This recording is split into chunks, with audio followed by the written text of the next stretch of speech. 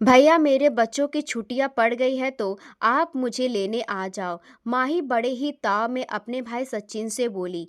कैसा भाई माही, कैसा भाई? और कैसी भाभी? ना तुम्हारा भाई हूँ और ना ही रीचा तुम्हारी भाभी है और ना ही मैं तुम्हें लेने आऊँगा और तुम्हें आने की कोई ज़रूरत नहीं है। तुम्हारे बच्चों की छुट्टियां बढ़ गई है तो तुम कहीं और चली जाओ।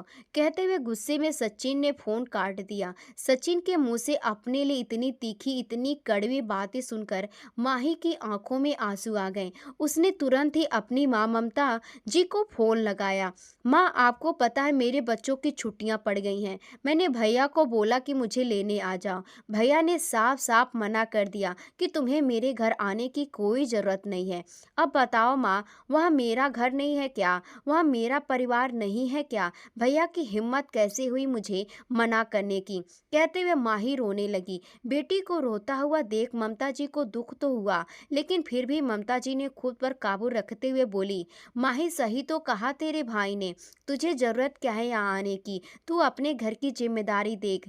माही माँ की बात सुनकर हैरान हो गई। माँ, ये तू कह रही है? तू तो मैं मेरी माँ ना तो तू कैसी हो सकती है? वो भी अपनी बेटी के लिए। लोग तो अपनी बेटी के आने से खुश हो जाते हैं और तुम तो कैसी माँ हो? सही कहा बेटी, कैसी माँ हूँ और मैं जो बस बेटी के आने से खुश हो जाऊँ, बेटे की दुख तकलीफ में ध्यान ना दूँ। आज तुम्हें तुम्हारे भाई की बातें बुरी लग रही है। 4 महीने पहले जब तुम्हारी भाभी रीचा का एक्सीडेंट हुआ तो वो बेड पर थी। हमारा पूरा उथल पुथल परिवार हो गया था। उसका एक छोटा बच्चा भी है। मैं पहले से ही बेड पर पड़ी हूँ, किसी लायक नहीं हूँ, घर का काम नहीं कर सकती। तो रोते हुए तुम्हारे भाई ने तुम्हें फ़ोन किया था मजबूरी में और रोते हुए तुमसे बोला था कि माही कुछ दिनों के लिए चली आओ। तुम्हारी भाभी का पैर टूट गया है, एक्सीडेंट हो गया है, कोई नहीं है जिसे हम बुला सकते हैं तुम्हारे सिवा। लेकिन तुमने क्या जवाब दिया था? अपने भाई को याद है तुम्हें? और माही चुप हो गई, कुछ भी नहीं बोली। क्या बोले? आखिर गलती तो उसी की थी। जब उसकी भाभी रीचा का एक्सीडेंट हुआ था तो सचिन बहुत परेशान हो गया था। घर की हालत देखने लायक नहीं थी। ममता जी भी बेड पर थी, ऊपर से एक छोटा सा बच्चा था, उसे कौन देखने? खाना पीना, घर की साफ सफाई सब कुछ करना था। ना कोई बच्चे को देखने वाला था, ना कोई रीचा को देखने वाला था और ना ही ममता जी को। बहुत ही दयनीय स्थिति हो गई थी इस घर की। और ऐसे में सचिन को माही की याद आई। उसने सोचा माही आ जाएगी तो कुछ दिन घर संभाल लेगी। धीरे धीरे जब रीचा ठीक हो जाएगी तो फिर अपना घर पहले की तरह हो जाएगा। जिसके चलते सचिन ने रोते हुए माही को फोन किया था। लेकिन माही को जैसे ही पता चला कि भैया उसे घर के काम करने के लिए, घर संभालने के लिए बुलाना चाहते हैं, उसने साफ साफ मना कर दिया, यह कहते हुए कि मेरी बेटी की पढ़ाई का नुकसान होगा, मैं नहीं आ सकती। और वैसे बेटी की पढ़ाई के बीच में माही अक्सर आकर एक एक महीने रह जाती थी,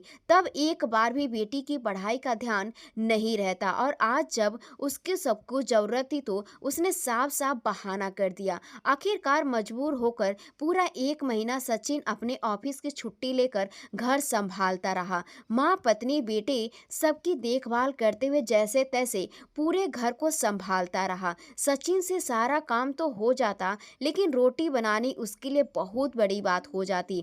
बेचारा रोटी ही नहीं बना पाता।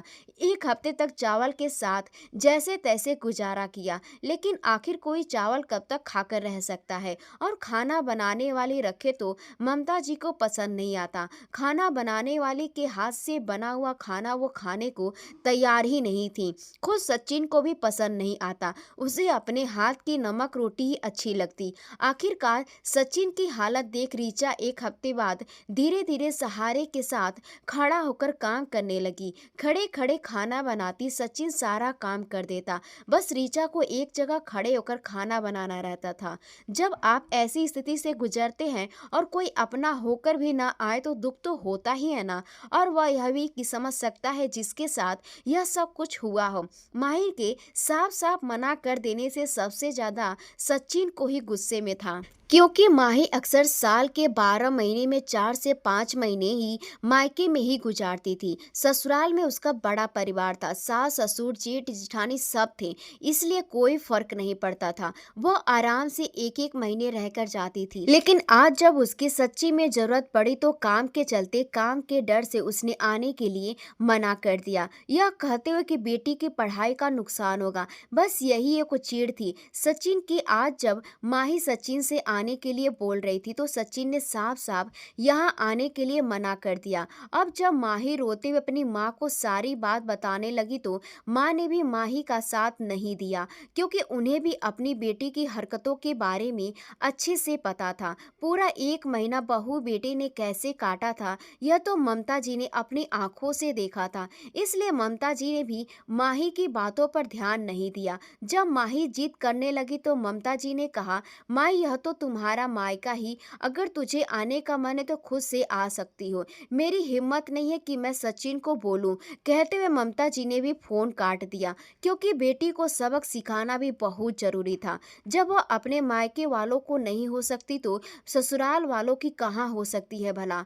माँ को फोन रखते माही परेशान हो गई। बच्चों की 15 दिन की ठंड की छुट्टियां पड़ी थी, सोचा था आराम से मायके जाऊंगी, अब 15 दिन आराम से काट के आऊंगी। यह ससुराल में रहेगी तो सुबह उठना ही पड़ेगा, नहाना पड़ेगा, घर के काम करने पड़ेंगे, लेकिन यहाँ ना सचिन लाने को तैयार है ना ही ममता जी सुनने को। सचिन का गुस्सा देख तो माही पहले ही डर गई थी, उसकी हिम्मत ही नहीं हो रही थी कि सचिन को फोन कर सके, और ऋचा से यह बात करती नहीं थी। सब मिला जुला कर एक ममता जी ही थी जिन्हें माही रोज फोन करके खुद के आने के लिए बोलती। माँ आखिर कब तक नाराज रहोगी, कब तक भैया नाराज रहेंगे। माँ भैया को बोलो ना मुझे बुला ले, आखिर मैं उनकी बहन हूँ। बेटी की बात सुन ममता जी कहती है, माही 15 दिन की तो छुट्टी है ना, दिक्कत क्या है, तुम आराम से रहो। अरे माँ आप समझती नहीं हो, इतनी ठंड है, सुबह सुबह उठना पड़ता है, नहाना पड़ता है, घर के काम करने पड़ते हैं, कम से कम थोड़ा सा आराम मिले तो सही। माँ कहो ना भैया को, तुम कहोगी तो वो जरूर मान जाएंगे। नहीं बेटा मैं तो नहीं कहने वाली, तुझे कहना है तेरी गलती है, तू कह, और वैसे भी काम के डर से तू मायके नहीं आ रही थी ना, तो अब हो रहा आराम ससुराल में करो, काम तो करने ही वाली है। सचिन से साफ साफ मना करते हुए ममता जी ने फोन रख दी। अब बेचारी माही असहाय पड़ गई थी, किसको कहे। भाई इतने गुस्से में था कि उसे कुछ कहने की हिम्मत ही नहीं होती। माँ बात सुनने को तैयार नहीं थी, क्या करे। इन्हीं सब चक्कर में ठंड की 15 दिन की छुट्टियां भी निकल गई। लेकिन पहली बार ऐसा हुआ कि छुट्टियां निकल गई और माही अपने मायके नहीं गई। धीरे धीरे करके गर्मी भी आ गई। 4 महीने हो गए, ना माही मायके आई और ना ही मायके से माही से मिलने कोई आया। कोई तो हर दूसरे महीने में माही खुद ही 15 या 20 दिन के लिए मायके आ जाती थी, और पीछे से सचिन भी माही से मिलने चला आता। लेकिन पिछले 4 महीने से आने जाने की बातें तो दूर, सचिन ने एक फोन तक नहीं किया था। माही को मायका लगभग छूट चुका था। समय के साथ साथ गर्मी की छुट्टियां भी आ गईं। अब तो माही की बेचैनी बढ़ने लगी। उसे समझ में नहीं आया कि क्या करे, कैसे मायके जाए। भैया तो लाने वाला नहीं है और ना ही माँ उन्हें मना रही है। अब तो ऐसा लग रहा है कि खुद से ही मायके जाना पड़ेगा, नहीं तो ससुराल वालों से क्या कहूँगी, और ससुराल वाले खुद ही क्या कहेंगे कि हर दूसरे महीने में मायके जाने वाली लड़की अचानक से ऐसे शांत क्यों हो गई। अब बात धीरे धीरे माही की इज्जत पे आने लगी। अब तो अपनी ओर से पूरी कोशिश करके थक गई, और सचिन उसे लेने तो दूर उससे बात तक नहीं करता। आखिरकार एक दिन खुद ही माही अपने सास ससुर को यह बोलकर मायके चली गई कि भैया कहीं टूर पर गए हैं ऑफिस के काम से, इसलिए उन्होंने कहा कि मैं खुद से चली आऊं। आते ही सबसे पहले माही का सामना ममता जी से हुआ। ममता जी बेटी को देखकर खुश तो हुई, लेकिन अचानक उनके चेहरे पर उदासी भी छा गई। आखिर माँ थी, बेटी को कुछ कहे तो नहीं सकती। माँ से मिलने के बाद माही सीधे हॉल में गई। वह सचिन बैठे टीवी देख रहा था। माही को देखते सचिन चुपचाप उठकर अपने कमरे में जाने लगा। ऋचा भी माही को देखकर कुछ भी नहीं बोली, वह चुपचाप किचन में लगी रही। माही को अपनी बड़ी बेइज्जती महसूस हुई। आखिरकार वह सचिन के सामने जाकर दोनों हाथ जोड़कर रो पड़ी। भैया प्लीज मुझे माफ कर दो, मुझे समझ में आ गया कि मैंने गलती की है। मेरी गलती की इतनी बड़ी सजा मत दो, मेरा मायका मत छुड़वाओ। मैं अपने ससुराल वालों को क्या मुंह दिखाऊंगी कि इतनी जल्दी मेरा मायका छूट गया, वो भी मेरी गलती की वजह से। भैया मैं अपनी इतनी बेइज्जती नहीं बर्दाश्त कर सकती, मुझसे गलती हो गई है। मैं आपकी बहन हूँ, छोटी हूँ, आप मुझे जो सजा देंगे दे दीजिए, लेकिन मुझसे रिश्ता मत तोड़िए। भाभी भाभी आप तो समझाइए भैया को, कहते हुए माही ऋचा के पास जाकर बोली, भाभी मानती हूँ कि अपने ही काम आते हैं। जिस समय आप लोगों को मेरी जरूरत थी मैं नहीं आई, लेकिन इंसान ठोकर खाकर ही समझता है ना। मुझे मेरी गलती का एहसास हो गया है, क्या आप मुझे माफ नहीं करेंगे? एक बार ऋचा ने गौर से माही को देखा, उसे देखकर ऐसा लग रहा था सच में माही को अपनी गलती का पछतावा है। लेकिन ऋचा ने कुछ भी नहीं कहा, उसने बस इतना ही कहा, दीदी